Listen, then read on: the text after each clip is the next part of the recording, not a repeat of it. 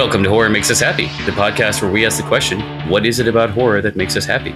Your hosts are Steve Becker and myself, Chris Whitman, and you can find out more about us at our website, horrormakesushappy.com. Before we get started, this is the trigger warning. This is a horror podcast. We're going to be talking about horror things, so we could delve into sensitive subjects such as child abuse, violence, R-word, F-word, SA. These things are a possibility just because we talk about horror, so we have to do the disclaimer, but that's not really what the show is about. It's more of a fun psychological delve into what exactly it is that causes people to like horror and horrific things. Like, why do you like watching those movies where the person's head gets cut off? Or reading about it. Or reading about it. Yes, in today's case, it is about cinema and literature as well. Yes. But also, we do want to thank our Patreon supporters. Steve and I have both lived paycheck to paycheck before, so we definitely appreciate how meaningful it can be to offer even $1 here or there. That being said, Patreon also offers a free tier. So even if you can't afford financial support, you can still just sign up for the free tier. Or doing things like liking, sharing, subscribing, writing a review, or just telling your friends, tell them about the podcast. It's fun stuff. Still in growth mode. Still, after 5 years? We're going into our, sixth season, but fifth anniversary, yes. Yes. March, was it May 1st, I think? 2020. Anyway, we're going to cut all this out because that's rambling. Anyway, Steve, what do we got coming up?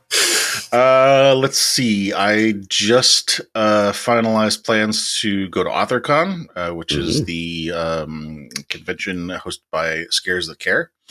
So I'm going to go there and hand off the T-shirt that we have been gathering autographs on for 5 years. Not 5 years, but that's basically at least 3 years ago. Something like that, yeah. For those who haven't heard yet, the plan was that, we learned about this charity, Scares the Care, who it's a horror-themed charity. They benefit, I believe it's burn victims, cancer victims, and horror authors in need, I believe. Mm-hmm. And so Chris and I had this great idea, what can we do to help? So we got this T-shirt with our logo printed on it, and this is going to also be news to John, as you're listening, our guest today. The idea was that if we can get our guests, anybody who's been on the show, to autograph the shirt, then we donate it to Scares the Care, and then they can auction it off for the charity.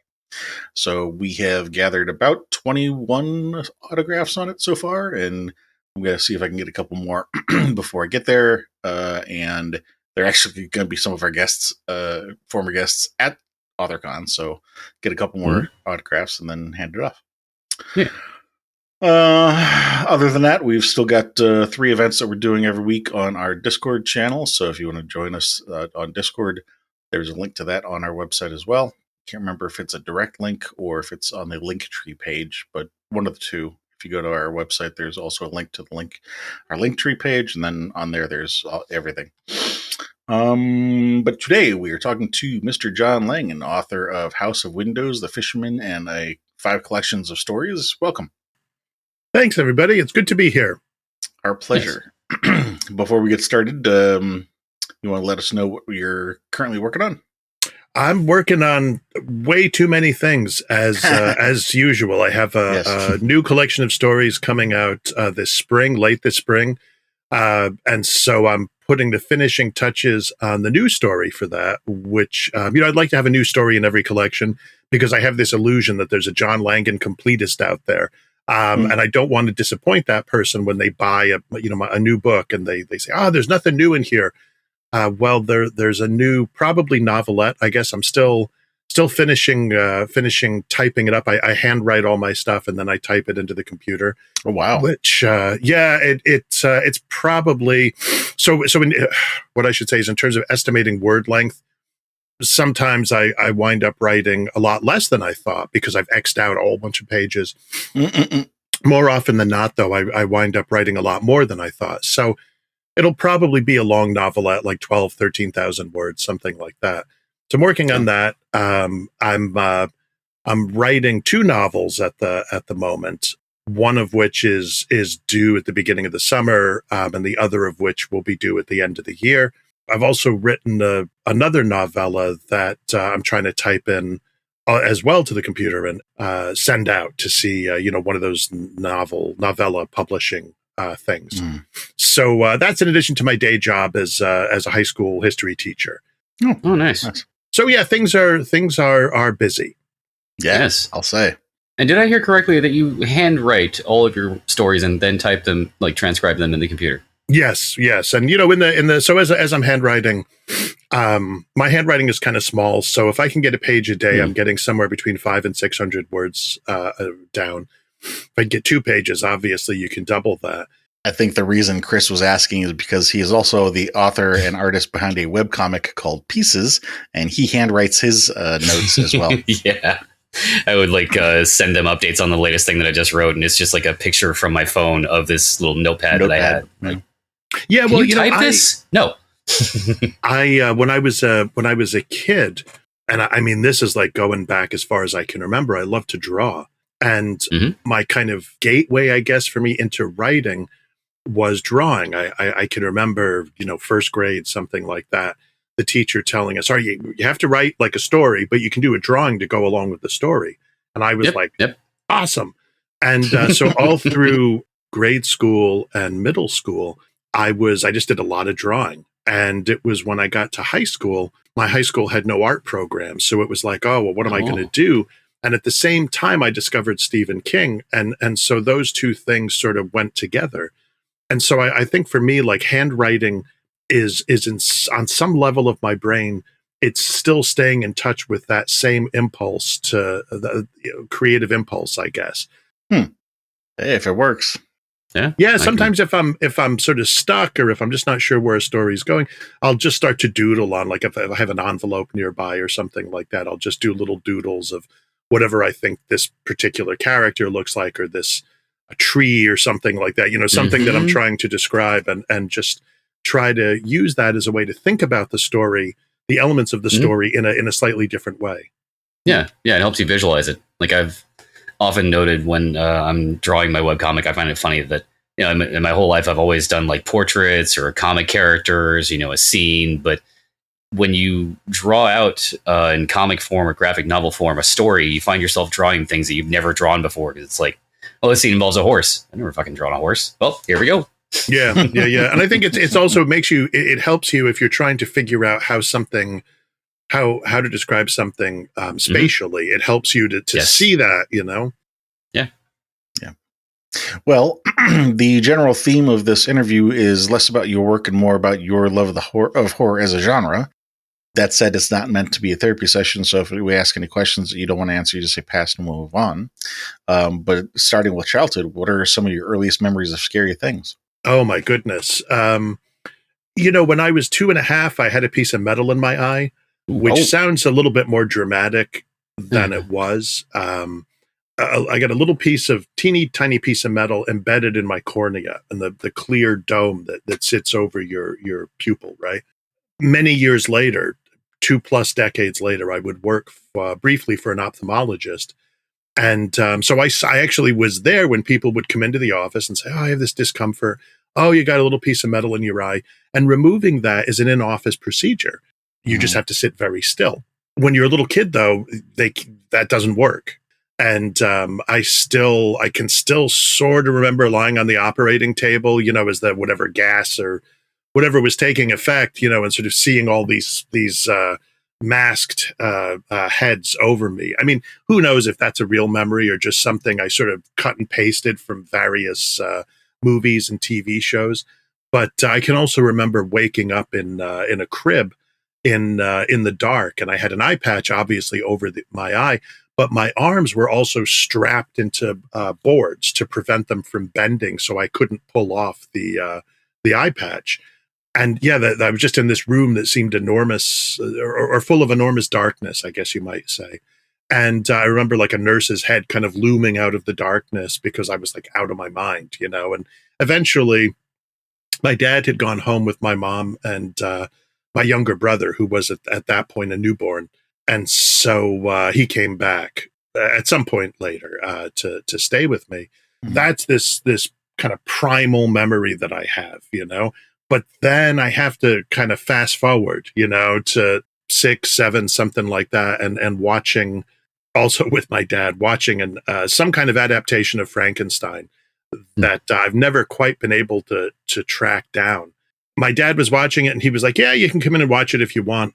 And I would sort of go back and forth between being in my parents' room where he's watching this thing that had this kind of red tint to it in my memory. And I would go in there, and then I would go outside to where my mom was sitting with my brother doing like some kind of craft thing. In my memory, they're making little men out of popsicle sticks, which seems thematically just like too appropriate, you know? So again, it may be, you know, my mind just grafting that on, but that completely traumatized me and left me just terrified of Frankenstein's monster in particular. That was the monster that sort of haunted my dreams. This, you know, huge, kind of implacable creature. I think I never found Dracula, say, quite as frightening, because you could talk to Dracula. He's probably still going to, you know, suck your blood. But whereas Frankenstein's monster, you couldn't have a conversation with him in the films. You know, obviously, when I finally got to Shelley's novel, it was like, oh, hang on, this is different. But in the films, the monster is, you know, Stephen King in Danse Macabre describes him as the thing without a name, and I think that that's for a variety of reasons. I think that that's a good description of him, and he is just this force of nature that just doesn't care what you have to say. You know, he's going to get you. Mm-hmm. So yeah, that I think those things, those are some of the early ones. I mean, in 8th grade, when I was had just turned 13, my father had these 2 massive heart attacks. He was a lifelong smoker, and it caught up to him. And they put him in the hospital, and they almost killed him. And that was very much, my father had this kind of outsized personality and was this very dynamic guy. This completely sort of pulled the rug out from underneath me in terms of my life went from a relatively stable experience to something that was radically unstable, where who knew what was going to happen. And you know, after he got out of the hospital, he had to give up smoking. Obviously, he couldn't drive for about 3 months, I think it was, and that was a difficult experience for him and for myself and my siblings and my mom as well. And then after that, you know, as I entered my difficult teenage years, you know, my mom was like, "Look, you cannot make him angry or upset, or you could kill him." And so that was a lot to. And at the same time, I should add, right? At the same time, I'm discovering Stephen King. This is round about age 14, and I'm discovering Stephen King and just falling in love with his work. And from King, I'm led to people like Peter Straub and Ted Klein, Clive Barker, and that experience, the experience particularly of reading King for the first time, just kind of activates something inside me. And from that moment on, I think this is what I have to do. This is the path my life is going to follow. So I read a lot of horror, but even now I'm kind of a big weenie when it comes to horror movies. I do my best to watch them. And in a lot of cases, I no longer need to watch them, you know, all the way through, like behind my blanket, you know, the blanket up just to your eyes, you know, but, real quick, while I was making my notes, did you say it was your father that had the heart attack or your grandfather? My father. He was only 48 when that happened. And, my parents are both immigrants from Scotland, and my mom didn't drive. And we lived in a relatively rural place where we depended on my dad to drive us everywhere and, you know, get groceries, that sort of stuff. And it really just knocked our family for a loop. Yeah, I can understand how that could do that, especially if mom doesn't drive. Yeah. And also more of an impact than it being your grandfather. For some reason, I thought you had said your grandfather.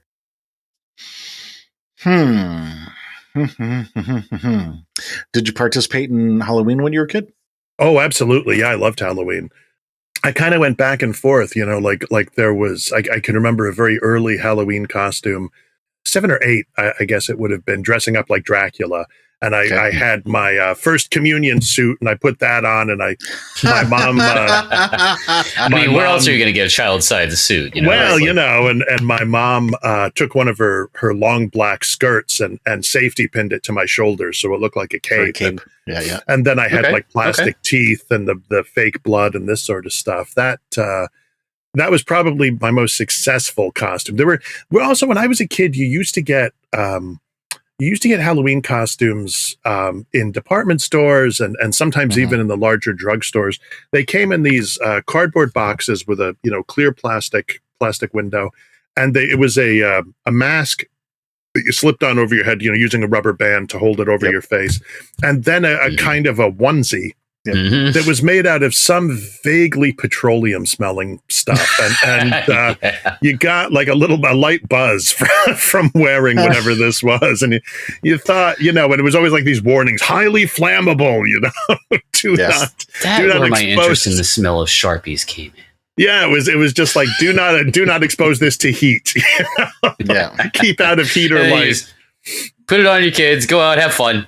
Bye. See you in an hour or two. Some of the costumes, some of these onesies would have, as it were, if it was Iron Man, they would have like it looked like Iron Man's armor. But then some of them would have like a picture of just like a picture of Iron Man on it that said Iron Man, And I never liked those as much as I liked the ones that actually looked like the thing itself. But of course, we got as we got older. I remember making this really elaborate kind of Celtic barbarian costume with a lot of tinfoil. But I was very proud of it. Like in retrospect, I think, man, that must have looked kind of, I don't know, not junky exactly, but definitely homemade. But childlike, childlike, I suppose. That same Halloween, I had I had this loose tooth, and I had like some kind of horrible candy, like a Charleston Chew or something like that.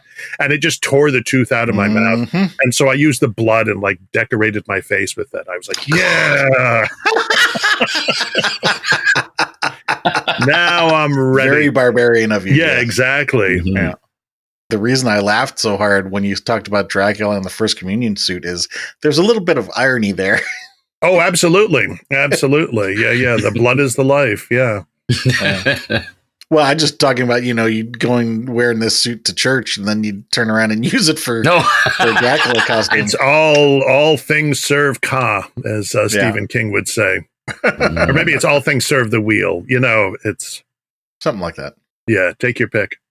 Did you have any really scary dreams or recurring nightmares when you were a kid? Whatever they were, they seem to have been focused on Frankenstein's monster. From what I can like recall of them, I know that when I was a freshman in high school and I was in my big Stephen King phase, I got a copy of Night Shift. Christmas Eve, I think we must have been allowed to open our presents early, or one present early. Anyway, somebody got me this book, and so I read the Boogeyman and the Mangler, and sometimes they come back, like all on Christmas Eve. And I woke up Christmas morning, like 3 a.m. or something, just utterly like there's some kind of screaming nightmare. And I don't know what it was, but I was just like, I don't remember what the dream was. I just remember that it left me completely freaked out. And then of course I got all these Stephen King books for Christmas, and I was like, terrific. That's just great. Good. Thanks. I mean, I did it to myself, so. Yeah, you did. Was there ever a time in your childhood when you were terrified of something in real life? Well, I grew up in the 80s, so nuclear war was absolutely a kind of omnipresent reality. Yeah. And there were, made-for-TV movies. What was it? Special Report was one, and The Day After was another. I remember that one. Yeah, everyone always mentions Threads being one of the most like jarring and grim post-apocalyptic movies, which it is. I still haven't actually seen Threads, but I've seen clips and it looks goddamn bleak. Yeah, I still haven't seen Threads either. But same thing. I know the reputation it has. Right, but I think in high school they had us watch The Day After with Steve Guttenberg, and that was pretty grim too. Yeah, it was. Just kind of relentless, there was no reprieve which is realistic because, whether either you get vaporized in the blast or you're going to die slowly from radiation poisoning. Yeah, exactly. And so that I wish I could articulate how relieved I was when the Berlin Wall came down, and then when the Soviet Union broke up. Man, it just felt like we made it. We got through this horrible, horrible thing. I mean, yes, there was always the threat, and there remains the threat, of course, of someone getting a singular nuclear device and detonating it, and which would, of course, be catastrophic, but not to the same level that an all-out nuclear exchange between the U.S. and the USSR would have been. Right. Well, flipping that last question around, was there ever a time in your childhood when you felt exceptionally calm or safe or bliss? Most of them, honestly, when I think about them, probably had to do with family vacations. We used to take vacations to places that were to the north of us. We drove about, 2.5 hours north to a place outside of Saratoga Springs. And we had a cottage on a little Adirondack lake. And we went there, several years in a row. And it was, you just could sit all day on this little beach that they had and just build sandcastles and whatever, or swim. And then there were little like amusement parks and such that we would go to.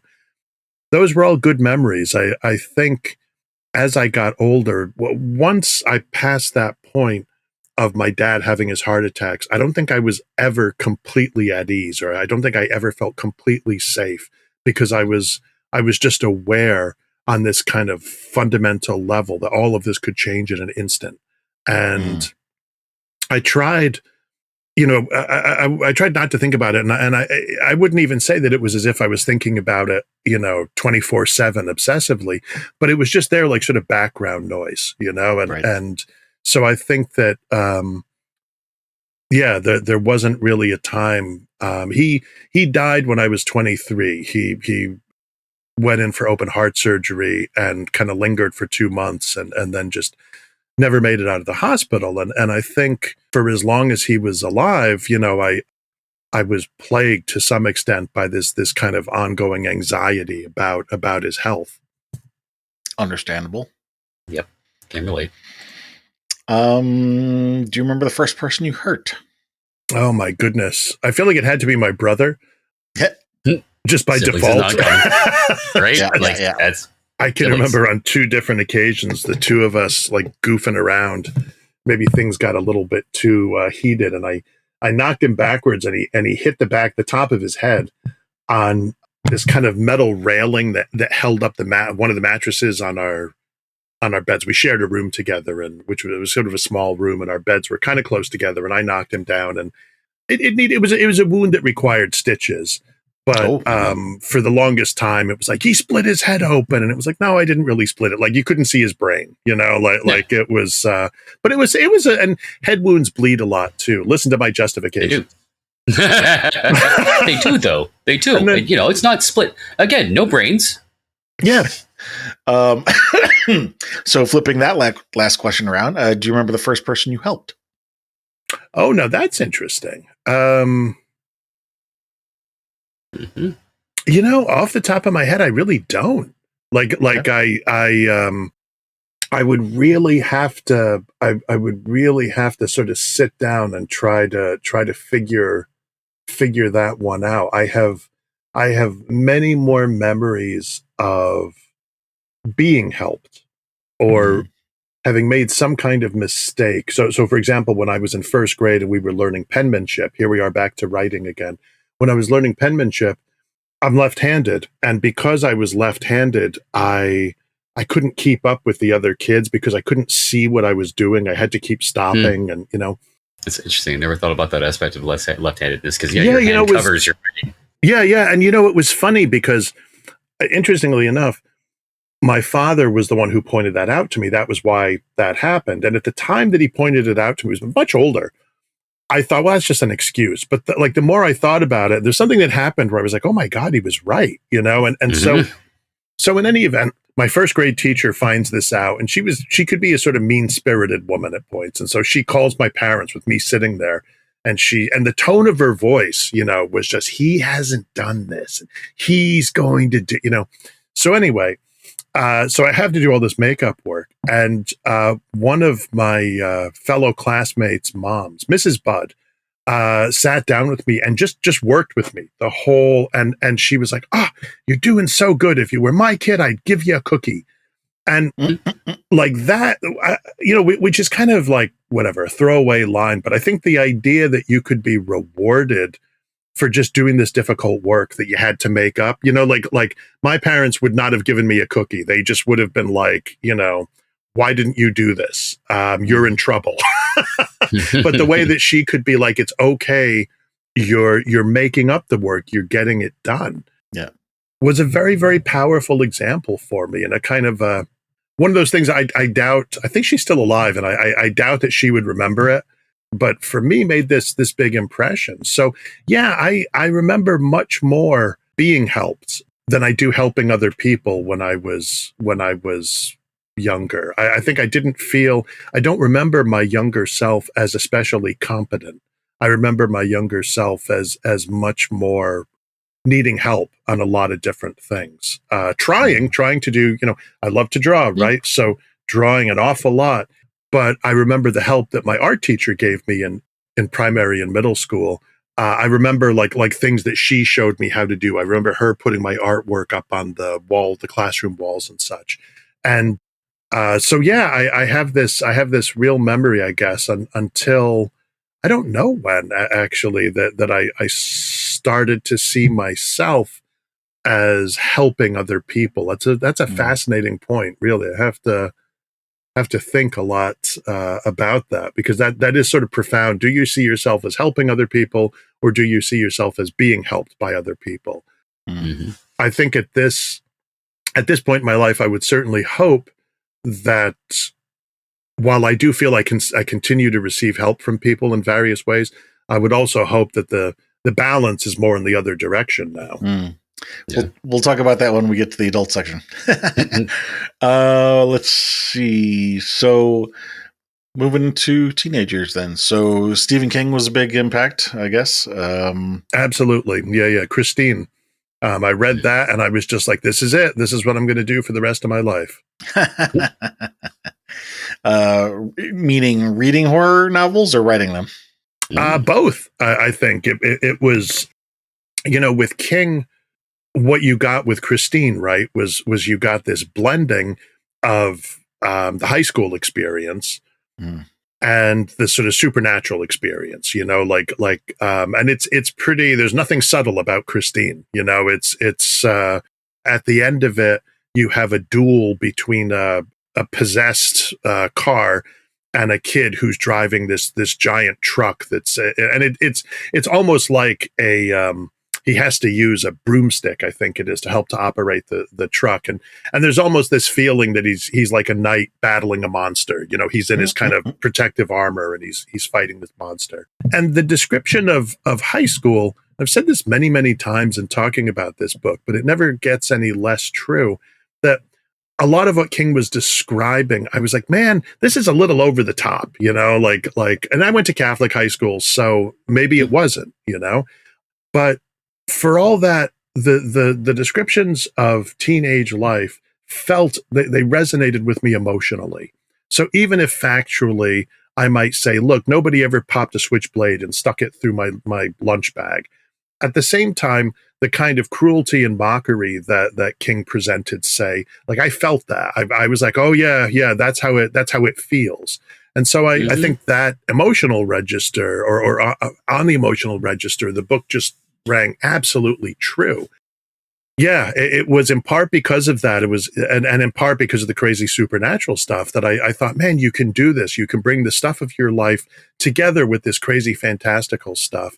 And that just seems it still seems incredibly cool to me. What was the book that you had mentioned had boogeyman and sometimes they come back?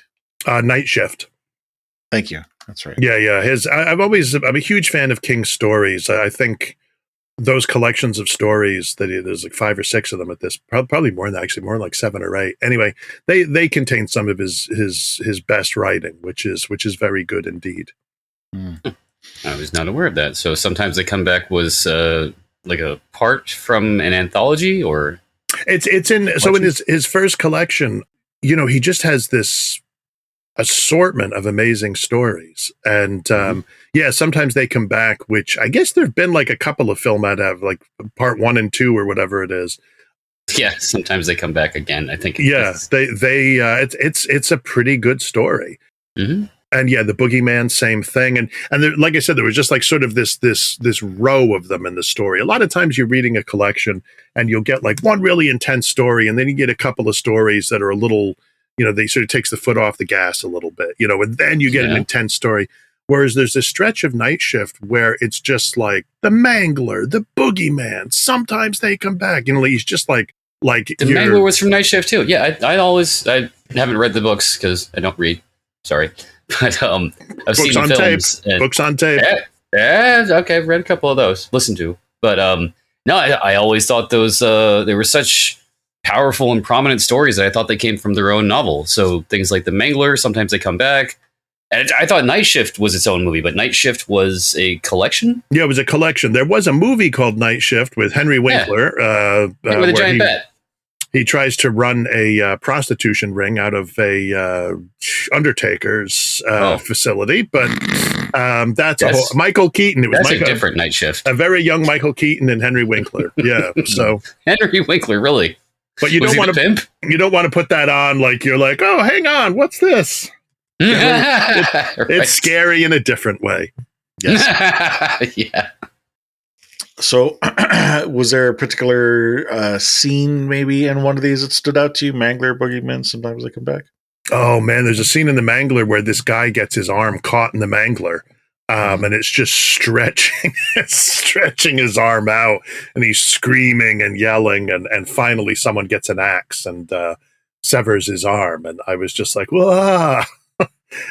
And the very end of the Boogeyman, I actually don't want to give that away, but the very end of the Boogeyman is a wonderful, wonderful ending that just upends everything that you thought had happened before.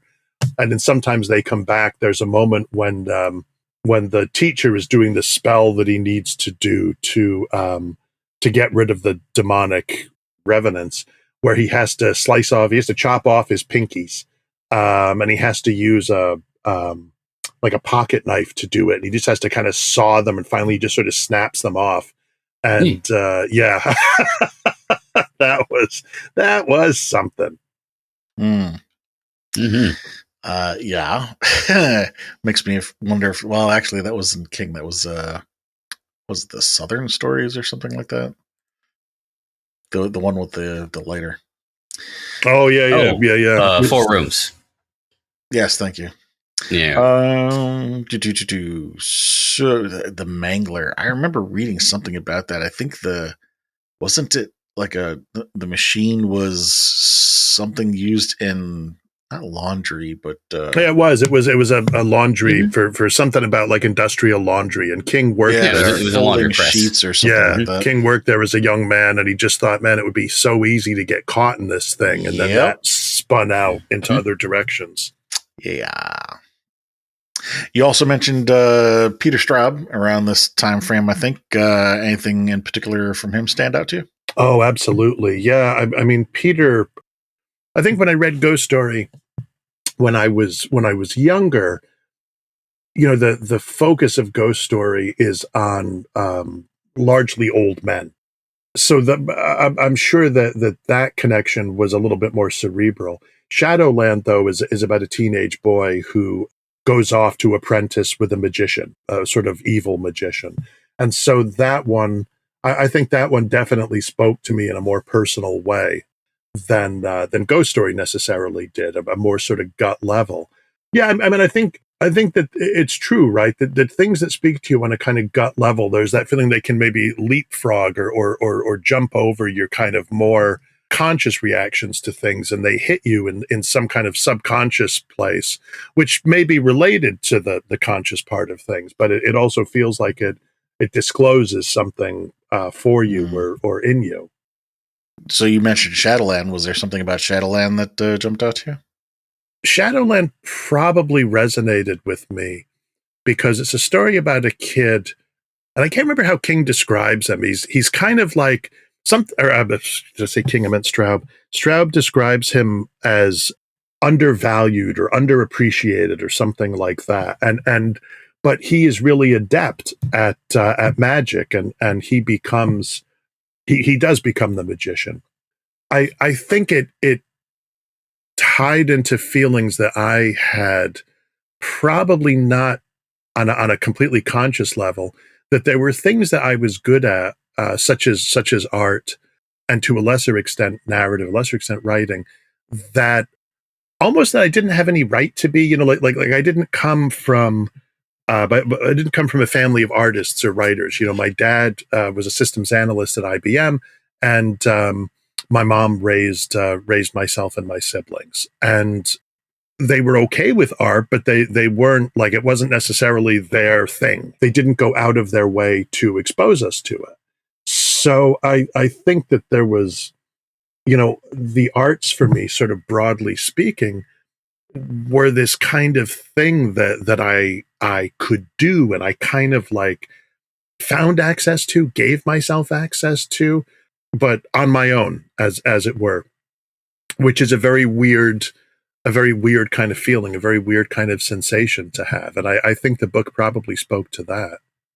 Makes sense. Yeah. Especially if it's something, like you say, that not that you didn't have a right to it, but that it wasn't really introduced to you in a scholarly kind of setting, that, if you kind of picked up on it on your own, and then somebody else later in life was like, hey, you're actually pretty good at this. I could see how that could, I was going to say jive, but that's not really the word I was looking for. But gel. No. Yeah, it's. I notice it. Some of the writers with whom I'm closest now, people like Paul Tremblay and Laird Barron, Stephen Graham Jones, we all had a kind of similar experience of writing in that regard, and that it was not necessarily something that was part. We may have done it when we were kids, but it was not necessarily something that was part of our family experience. And it says something about the relationship that we continue to have to it, but I'm not 100% sure what that is exactly. Some other questions that we could ask during the teenage section. So you'd mentioned having some, scary dreams when you were a kid. Did you have any scary dreams or reoccurring nightmares as a teen? Not especially. I mean, Frankenstein, until I was maybe at the end of my teens, even in my early 20s, would pop up every now and again. But yeah, that was about the worst of it. I remember being anxious, but I don't remember having anxious dreams. Okay. In the dreams, were you Frankenstein, or was Frankenstein visiting you? Oh, he was visiting me. That was, yeah. Well, was there ever a time in real life that you were terrified of something as a teen? Yeah, I mean, I was kind of a terrified is maybe too strong a word. I was a terrible student a lot of the time. Okay. If I didn't like something, I just didn't want to do it. So I was really good in English, let's say. Even history, I wasn't bad. But science, especially when it came to math and science, I'll blame some of it on my teachers, because why not? And say that, a lot of my math teachers weren't really teachers so much as they were people who could do math. So the result of this, anyway, was that I would get like regular deficiency notices, which would come in the mail. Your son is failing chemistry, your son is failing physics, or whatever. And I knew I was going to get them. I knew they were coming, and I could never seem to intercept them in time. I had to check the mail. I was never able to do that. And they couldn't do the old forged with parents' signature thing. Yeah. I couldn't. So it was just. I can remember. God. In my physics class, I decided, okay, I'm going to make a new leaf of it. I'm going to be honest. So I took a test, and I got like a 40 on the test. That's out of 100. And I brought it home to my father, and I was like, here you go. And he was like, and I was like, I did the best I could. And he was like, no, you didn't. And I was like, why not? And he was like, because you got a 40. I mean, like it was one of those logic. It was one of those, like, I felt try as hard as I could. And when I got whatever results I got, it still wasn't good. So that was that. There was And of course, I couldn't really make him angry. I couldn't really, scream at him the way I wanted to at times with frustration because I didn't want to upset him. Right. Didn't want to kill him. Right. Exactly. Right. It's those times I remember feeling like really, really afraid, that like with this kind of dread of just, it's not going to be good. And, you're going to get through it. But you also just feel like, oh my God, why am I even in this in the first place? I shouldn't be taking, like, I never had to take physics, let's say, but my parents, my dad in particular, was like, you're taking physics. You need to know it. And I didn't, honestly, have never used physics. Sorry, sure but it's probably like, Was there a time in your teens when you felt exceptionally calm or safe or at bliss? I remember like sophomore year of high school as being a really good year in a lot of ways. I would have been like 15, something like that, which is interesting because 15 is often this very turbulent period for young men. You get a hormone dump and you just tend to go kind of nuts. But I just remember I felt kind of at place. I was no longer a freshman in my high school. I felt very much like I kind of knew my way around. I was writing a reasonable amount, and I felt good about the writing that I was doing. Yeah, I was probably still, I was frustrated, not as much as I would be in my junior year, but I was frustrated by my inability to land a girlfriend. I think of that period as being not I still think of that fondly. Mm-hmm. Can relate. Mm-hmm. Yep. I think I got my first girlfriend in junior year, so not far off. Let's see. Moving into adult years, is there anything that has really stood out to you in terms of horror books or movies or other media? Oh yeah, I'm trying. It was funny. I was trying to think when it was that I first saw the Texas Chainsaw Massacre, and I feel like that was somewhere in this period. It might have been like late teens. It might have been early 20s. And it was on late one night on some cable channel. And I was just like, oh, what is, and I don't think I realized what it was. And I'm just going to watch this, and I watched it through to the end. And that was one of those titles that I was talking about earlier. When we were kids, somebody's like, oh, the Texas Chainsaw Massacre. Like, did you know it's based on true story? Yeah. I mean, Who Will Survive and What Will Be Left of Them? Was that the Texas Chainsaw Massacre too? It was. Yeah. First one, I think. Yeah. And it too. Right, I bet also. Yeah. But it was I was stunning. I remember being just utterly stunned by that film. That's one of those things that went right past my conscious mind, right to the heart of me in some way. And yet when I think about it, what struck me so much about it was the integrity with which it was done. It took nothing back. There was no saving moment where the hero defeats Leatherface and his family. No, it was all you can do at the end. The best anyone hopes for or gets out of that film is escaping in this way that is, you're completely traumatized. That film made a tremendous, continues to make a tremendous impression on me. I think also throughout this time period, I was reading a lot of stuff, Faulkner, Flannery O'Connor, T.S. Eliot, that has continued to have an impact on my horror fiction, on because it's had an impact on my writing in general. But I don't know that anyone would necessarily look at Flannery O'Connor stories and say, oh yeah, horror stories. Although I think it's not that hard to make an argument they are, but that's an academic exercise maybe. Mm-hmm. Any other media really stand out to you?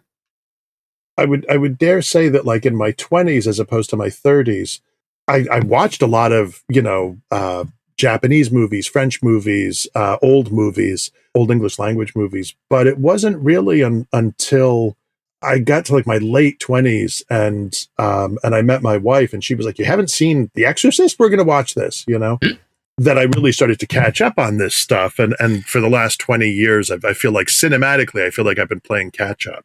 It's funny. I'll talk to to Paul Tremblay sometimes, and we have the opposite experiences. He watched all these horror movies when he was a kid, but didn't read as many books. Mhm. And so he's like, yeah, I feel like I'm playing catch up as far as the books go. And I'm like, yeah, I feel like I'm playing catch up as far as, Critters 2 goes. That was the good one. It had the Critters boulder.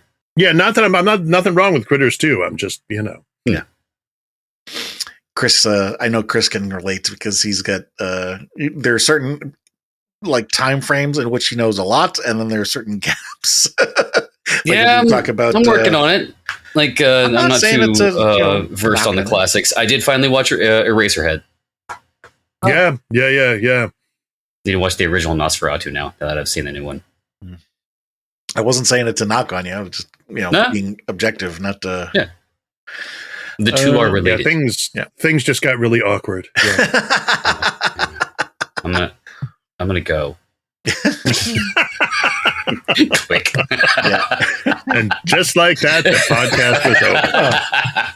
Well, it's been good working with you. Let's see. Scary dreams or recurring nightmares as an adult? Every day. Yeah. Yeah. I think a lot of my frightening dreams in adulthood, or especially over the last few decades, they kind of bounce around. There's certainly, having kids, it's difficult not to feel anxious for them at various times for various reasons. Sometimes because they're going through a crisis in their life and there's really nothing you can do except try to be there for them. And sometimes just because of the state of the world, and you're just like, oh my God, what are we leaving you guys? Or not only what are we leaving you guys, but what are we giving you guys right now at this present moment? I think also post 9/11, it's hard not to live with, for the first few years after 9/11, it was really hard not to just be completely paranoid and not just, especially living, an hour and a half from the city. And at that point, I was enrolled in a graduate program. I was working on a PhD that I never wrote the dissertation for, but I was going into the city once or twice a week. And that was weird. That was a deeply, deeply strange time. And I think that those, in a lot of ways, that continues to reverberate in my psyche. A number of the stories I've written deal with veterans of Iraq and or Afghanistan. And I suspect I will write more about them because of that, because that's just been part of our lives the last few decades. Yeah. Flipping that last question around, was there ever a time in your adult life when you felt exceptionally calm or safe or bliss? I don't know. Again, I don't know.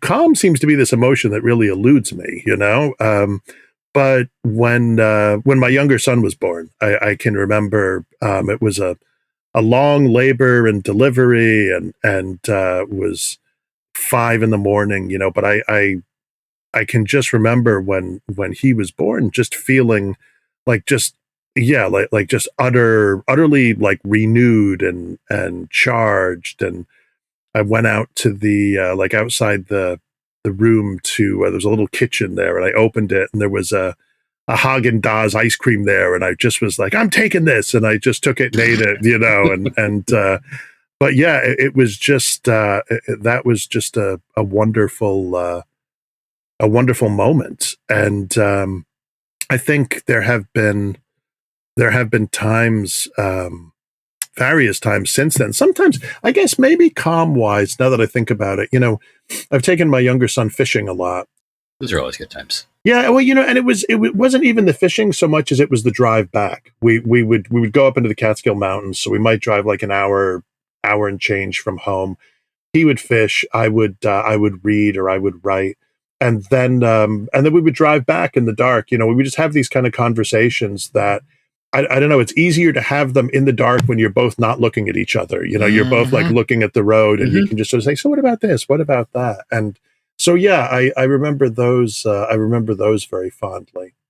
Going to do this pair of questions again, starting with the negative, so we can end on the positive. Do you remember the last person you hurt? Oh my goodness, the last person I hurt. Yeah, there was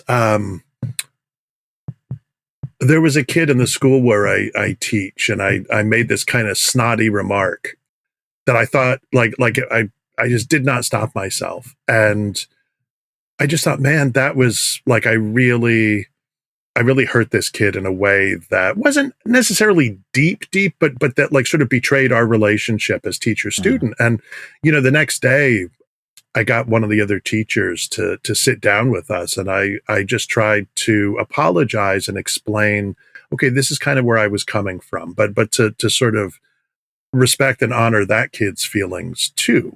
And, I mean, yes, teachers say a lot of things to kids, but maybe we shouldn't. maybe we should try to do a little bit better. Everybody's human. Mm-hmm. No, nobody's perfect. Nah, it's the coffee mug. I got that one. Do you remember the last person you helped? Yeah, ironically, Ironically, it was probably this same kid. I was going to say same kid. It was the school I teach in is an art school. And so we have an academic, they all do academics, but they also do a lot of art classes. And so I worked with this kid and another kid on a scene from The Odd Couple that they were doing. And just to sort of rehearse it, like, because I'm not a theater teacher, right? But their theater teacher had it was like trying to, juggle a lot of cats or something, and was like, hey, can you help with these guys? And I was like, yeah. And when I was in high school, I was in the drama club, and we had this really like amazing and productive couple of sessions of just working together where, when I have these guys in history, sometimes they're paying attention, sometimes, but they were just completely on. And I really felt like they got something out of it. I really felt like they got something out of this experience. Good. I would hope so. So the next two questions, we're not talking about horror, could be any genre, and we're not talking about your, any section of your life, could be any time in your life. What movie would you say you have watched more times than any other? It's possibly Raiders of the Lost Ark. Okay. And the fact that it's all about how you need to punch every Nazi you see seems it's a good thing to think about. Yeah. Mm-hmm. Topical. I wore the tape out rewatching that face melting scene. Oh, it was. I just whatever grade I was in, my parents that year for Christmas got me a little, like a half a boom box. It had like one speaker and a tape deck in it. And it had this little earplug. So you it wasn't even like headphones. It was just one earplug that you could put in. Uh-huh. But they got me the cassette tape for the soundtrack to Raiders of the Lost Ark. And I could just about like hum that entire soundtrack still, because I just listened to it so much. Interesting. I wonder what you liked about the soundtrack so much. I mean, John, it made me feel like I was punching Nazis. Also that. Okay, fair. So would you say that is your favorite movie, or would you pick something else? It's in the top 10, but I think for a while now I've been saying that my favorite movie it goes back and forth between Kurosawa's The Seven Samurai and this French movie called Children of Paradise, which is about the kind of French theater world in the 1900s. And they're both these huge kind of immersive kinds of experiences, and I really appreciate that. So I'm familiar with The Seven Samurai. I guess we'll start there. When you say it's an immersive, let me try that again. When you say it's an immersive experience, what do you mean? Well, I think that it's, it's whatever, 3 hours plus long, right? And you just sort of sit there. I think so. It might even be longer. Oh. And you sit there and you watch it. And Kurosawa just very, I want to say slowly, but gradually, maybe is a better way to put it, takes you into the world of the story, into these villagers, and they're looking for these people to defend them. He allows that to develop, to take its time to develop, so that you really get a sense of who these characters are, what the stakes are, and so that when different battles and whatever happen in the film, there's a real sense of what the stakes are, and it matters to you as a viewer, and it resonates with you in this way that feels deep and profound and all enveloping in this way that a shorter, quicker film might not. Going back to horror for a moment, do you see any common threads about what kind of horror you like? Cannibalism, occult, metaphysical? I tend to prefer like sort of supernatural stuff. Yeah, I was going to say you seem to be more of a fan of like the monster horror, like the yeah. Okay. Well, let's see. So this would normally be the place where we talk about any common themes that have been cropping up in the call, and then talk about those for a little bit. It seems like stability is probably your biggest topic. It's come up in a number of places. We've talked about, your dad having heart attacks and how that made life feel unstable. Came up in Boogeyman, where, it upends everything that came before. Also, conversations about, things like Frankenstein and Texas Chainsaw and The Fly, these, things being an implacable force of nature, not holding back. And the best you can hope for is escaping and being traumatized. Also touched on it with how you were affected by 9/11 and the wars. These things affect stability as well. And on the flip side, talking about some of your, better moments in life, talking about family vacations and hanging out at the beach and, the moments with your son as well. Those were moments where things did seem stable, if that makes sense. The second topic maybe that has come up a bit was, opportunity to show talent or, delving into the cerebral aspects of the talent that you have. Do you think that those are good summaries for you, or do you think there's something else that I've been missing or we've been missing? Maybe questions we didn't ask? No, those are both really, really interesting to me. Fascinating even. The second one, just because I think I can address that, I don't know, more quickly.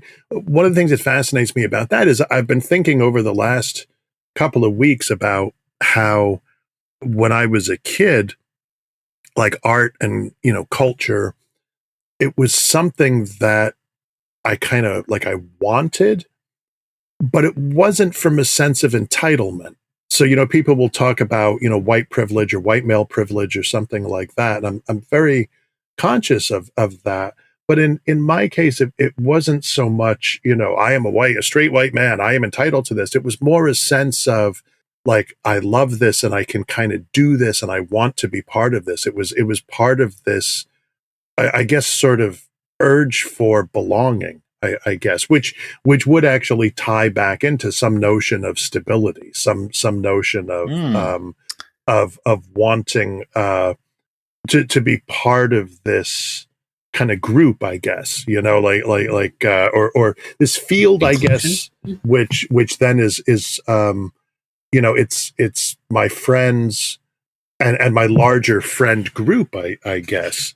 Yeah, I think stability has been an obsession of mine, but it's often something I feel I'd have to think about this. I'm trying to think about the right way to articulate this. Draw a picture. Yeah, right. yeah. That works. Well, here's this. You can't see this, but what it shows is it's well, I guess what I'm thinking about is that, yes, most of the horror stories that I write, let's say, tend to be about stability that is interrupted, and it may be restored. It's more likely not to be restored. And I guess you could always say that, well, okay, it's not restored at the end, but that in itself may be a new kind of stability, if that makes sense. But I think that's cheating a little bit when you do that. But I think that what often happens in my stories is a kind of eruption into the real, or what seems to be the real, of something that is irreal in some way, that is just sort of like separate from what you thought was the real. And I have written stories where they're post-apocalyptic or, science fiction or whatever. But if you ask me what like the majority of my stories are, like they follow that. And, I think with a certain amount of self-consciousness, they follow that kind of pattern of somebody who is living their life, and then the rug is pulled out from underneath them. Mm-hmm. And sometimes that leads to a new situation where the rug is pulled out from under them again. I mean, it can happen a number of times in a given story. But at the same time, so many of the things I've done in my life have been, in a sense, a move away from stability. You know, when I went to college, for example, my avowed goal was to be a high school teacher, a high school English teacher. And I took like my first education course, and I was like, this is terrible. And I just decided, well, I'll just be an English major. And I didn't know 100% where that was going to lead, although I kind of had this idea that A, it would help me become a writer, or better writer, and B, it might lead me like to become a professor.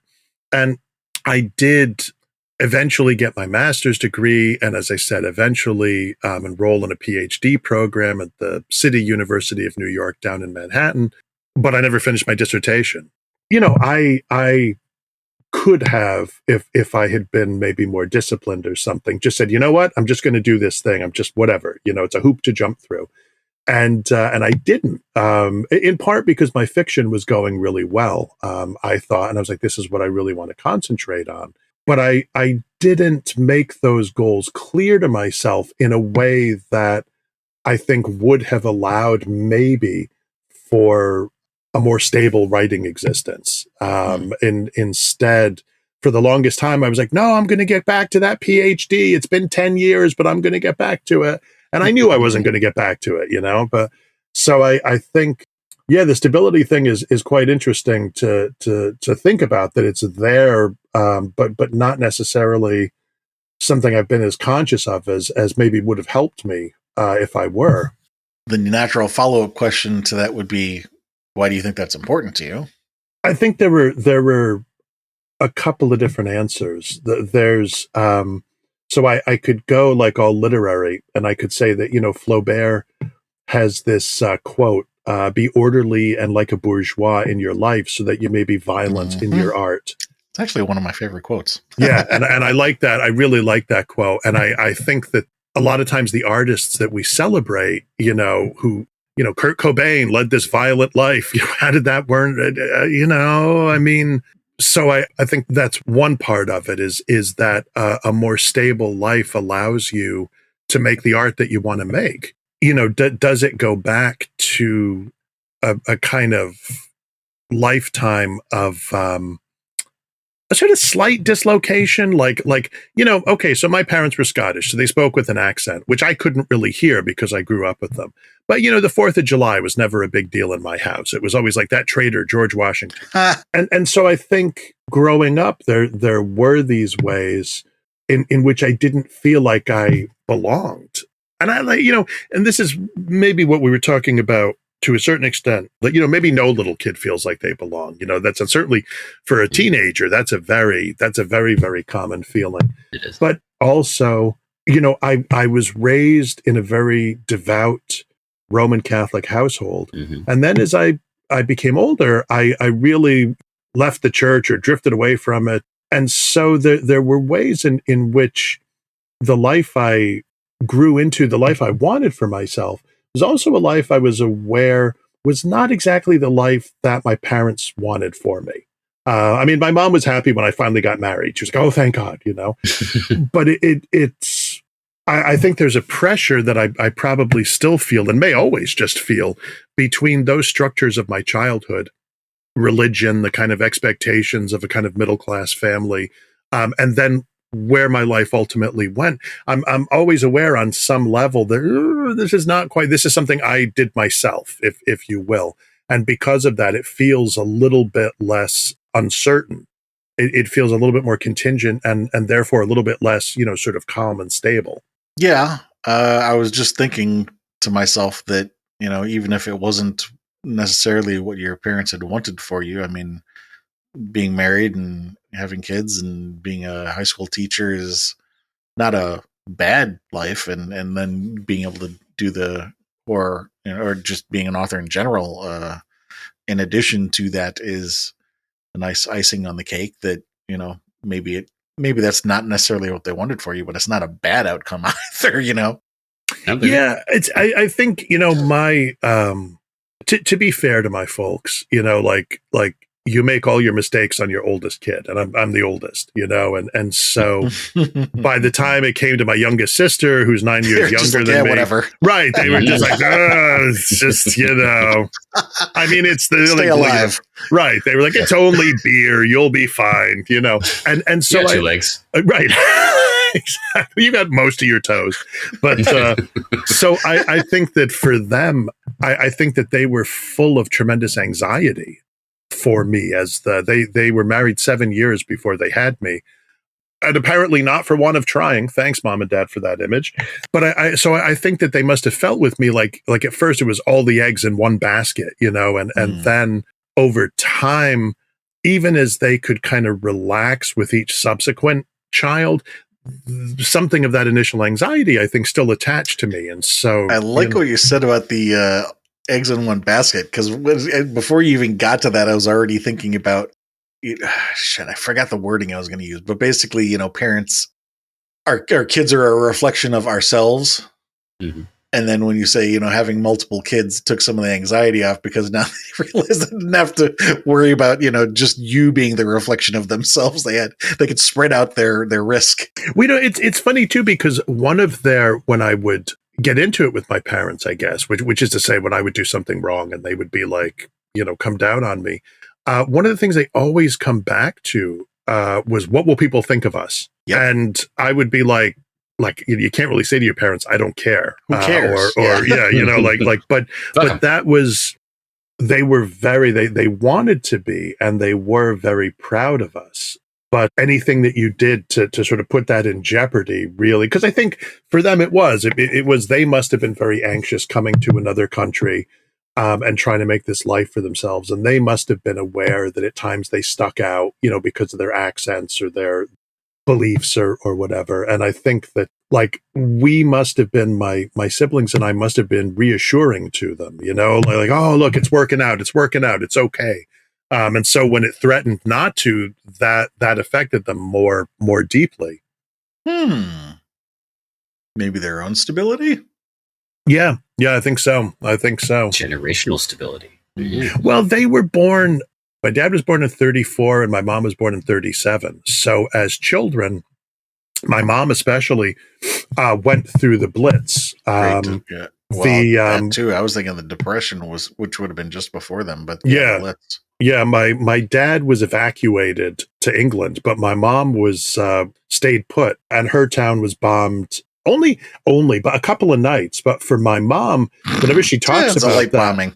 Well, whenever she talks about that, we were very badly bombed during the war. And she gives this impression that it was like this nightly thing, whereas I did the research and I'm like, oh, it was like 2 nights, but for her, that never, like that trauma has just continued. Her father died when she was little. There are a number of ways in which my mom, especially, I think, wanted stability. And then when my dad died, I think that's probably, there are a lot of ways in which I'm her child in that sense. Makes a lot of sense. Yeah. Yeah. So what are you going to prescribe me, doctor? That's what I need to know. More writing. Or I was hoping for gin, but okay, I'll take the more writing. Well, I didn't say you couldn't also do gin. Yeah, it's a gin chaser. Okay, all right. A little more artwork. So that's actually kind of funny, because the normal follow-up question to talking about these things that have maybe been a big part of your life is to say, why horror? Meaning, couldn't you explore these topics in other genres?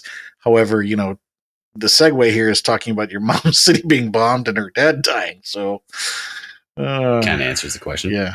It's I think for me, what horror continues to offer is this mix of terror and wonder. That there are so these kind of emotional extremes or something like that. That you can see these things that are deeply, deeply frightening, but then they can as easily turn into a kind of negative sublime, I guess you would say. Like Lynch, for example, with Twin Peaks. Mm-hmm. I mean, he's got the whatever it is, the Black Lodge in there, and this kind of weird otherworldly place that has red drapes and that has, you know, a checkerboard floor, and there's a dwarf speaking backwards and all this kind of stuff. Like, and you know, you feel as if he's trying to show you something that is just at the limit of human comprehension.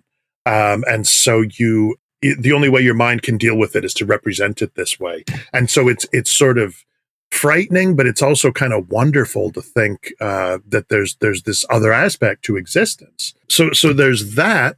I also think that, as you point out with, you know, my mom's history, I mean, I call it the Gothic form in general, you know, like I mean, it's so powerful, I think, in the modern, and I mean, by modern, I mean like the last like 400 years or something, in the modern era, because we've recognized that the past isn't, as Faulkner says, you know, that it keeps on happening to us.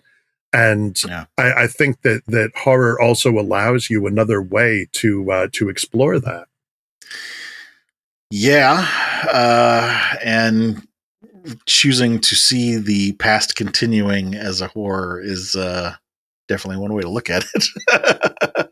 Yeah. No, it's how would you put it? I don't have rose tinted glasses. I have like some kind of murky green tinted glasses, you know, and that's glasses. You probably hear the phrase, those who refuse to learn from history are doomed to repeat it. I recently heard someone tack on at the end, and those of us who did are doomed to watch you do it. Oh yeah. Well, and I think the original quotation is they're doomed to repeat it first as tragedy, then as farce. I'm not sure which one we're in right now. It feels more like the farce, except that people are suffering. I don't know. It still feels tragic to me. It's a mix of both, I would say. Yeah. Well, I think we got a great little summary here of things that are important to you and why they're important to you and why horror. I guess the last question, do you think there's anything relevant that we didn't ask about, or maybe something that you thought of earlier in the call that maybe conversation took a left turn and you didn't get to say? We've been talking for a long time, man. I can't even remember. Yeah, I was a younger 10,000 years. I was a younger man when this started, and now we all were not much closer to death. So I don't. No, this is really fascinating. I'm. It sounds so narcissistic, right? But I'm fascinated in my fiction. You know, when somebody will talk to me or write me a note on Instagram or whatever, you know, and they'll say, "Hey, in your story, did you mean this?" And I'll think to myself, "That's amazing," you know, and so of course I'm always like, yes, I did. Yes, I did. That is exactly what I was going for. Thank you for pointing it out. You're perceptive for having, you're a better you know. But no, I just because part of my process of creativity is to trust the reader and to trust that the imaginative structures I put together are this kind of space where I've set up stuff that's going on, and then the reader brings their own stuff into it, and sort of we make meaning together. And so yeah, to talk with you guys and have you say, "Hey, do you hear yourself saying this over and over again?" I'm like, "No, honestly, I've never really thought about stability that much in my work, and now I'm going to be paralyzed and unable to write again because I'm like, it's all about stability." No. But so yeah, so that really, really interests me. You know, once in a blue moon, same thing. You know, someone will mention something about something I've written in an article or whatever, and it sounds so narcissistic, but to me, it's just really cool. It's just really, really fascinating to be shown these new things about stuff that you've been doing. Yeah, to think about your life in an entirely different way, maybe, you know, and realize it's just been unremitting tragedy. So I think, at least for me, the nice thing about, for lack of a better way to say this, having the subconscious made conscious is that it allows me to do one of two things. I can either, you know, it clarifies it for me so that I can say, you know, oh, I want to deep dive on this now. Now I know what to dive in on. Yeah. Or if I want to divert from it and do something else, explore something else, it's now clearer to me what I need to divert from, if that makes sense. And you know, then it's a choice. But Yeah, no, I spend, I mean, a lot of my, what has become my kind of conscious process is like being like a crow and just gathering lots of stuff, and indulging different weird little interests. I'll just, like John Krakauer, the guy who wrote Into the Wild and Under the Banner of Heaven. I become really interested in his work, and I don't know why, but I'm just like, you know what, I'm kind of putting this stuff in my brain at the moment, like sort of like sending it to my subconscious and saying, okay, you're telling me you need this stuff. Let's see what this is going to give us, Like the crow dropping the pebbles in the water. Not the test, but like the puzzle that they give a crow. You got to drop the stones in the water to raise the water level to do this. Oh, yeah. I thought you meant the movie with Brandon Lee, and I was like, well, the test is come back and avenge your dead girlfriend by slaughtering everybody. It's an easy test. It's a Christmas tree. Yeah, it was pretty much like John Wick, just like supernatural. Mm-hmm. Yeah. Which, if he keeps going, he's just about there. There's going to be it. Could you imagine? Like, actually, that'd be pretty funny if he ends up dying and then coming back, and now he is a ghost. Well, at that point, we'll be so good with the deepfake technology that it won't matter. Yeah, he can just come back as a ghost. We don't even have to need Keanu. I want to see like next one. It's like Predators or something. That there's like some other group, and he just has to kill a bunch of predators. Wait. John Wicks, plural. It's like the one with Jet Li, only John Wick, just John Wick from all different dimensions. Right, and it turns out that everyone except this one is completely incompetent. They all like die. Right. They're all stupid. They're all just stupid. They're all Ted from Bill and Ted. Exactly. They're just like, hey, and they die. And this John Wick is just like, oh. He just keeps going, yeah. Or it could be all of Keanu's roles from all the different movies he's played. I know. I was just thinking that too. Like, one could be Ted from Bill and Ted. One could be, I don't remember his fucking name. The Matrix, right? Neo. Yeah. Prince of Pennsylvania. Yeah. Oh God, the terrible accent from Bram Stoker's Dracula. Yeah. Yeah. I was thinking of the one with was it De Niro? No, it's Pacino. It's Pacino. I got names. I got Devil's Advocate. Yeah. Devil's Advocate. Yeah. I'm shouting. I don't know why. I'm the devil. One of my favorite quotes came from that movie. I loved when he said, I always fuck it up, but basically Keanu's character was getting really angry at him, and he's just like, yes, anger. It's the last fig leaf. And I thought, I was like, ooh. Yeah. It has its moments. Stop and think about that one. It does. Yeah. Well, thank you very much for your time. Before we hit the closing here, you want to remind everybody again what you're currently working on? I'll have a collection of stories called Lost in the Dark and Other Excursions out, I hope, June. We'll have a pre-order, whatever, button, link, something like that up at my publisher, Word Horde's site. I hope relatively soon. I'm sure it will also be at the Evil Empire. And then, I'm working on a couple of novels that I hope will be out 2026, maybe 2027. I'm not 100% sure about one of them. And you can find me in the usual social media places and that. I'm off at the moment. I'm off X. I can't do it, folks. I'm sorry. The Nazi stuff is I just can't do it. I probably should have gotten off it a long time before this, but for the moment, I'm still on Blue Sky and whatever, Facebook and Instagram, which are themselves, Facebook and Instagram, problematic. I know. So anyway, you can look for me there, and I think I'll be at StokerCon this year, which the Bram Stoker Awards, which is in June, I think, in Connecticut. So if you want to risk Connecticut, come to StokerCon. I'm going to get together with you offline to get some pictures from you and some bio for like promotional stuff, and we'll create a bio page for you on our website and link to whatever it is that you want to link to. So you're going to deep fake me, aren't you? That's why you were talking about deep fake. As long as I can be in John Wick 4, I think that would be okay. I think I'd like to be like John Wick, fighting the literary, the critics for the New York Times book review. Nice. Well, thank you to you and to everybody out there listening. Come check us out on horrormakeshappy.com. As we said, we got a link there to all the social media sites that we're on, Discord, Linktree page. We've also got the episodes page where we have bios for all of the guests that we have talked to. Help us out. Tell a friend.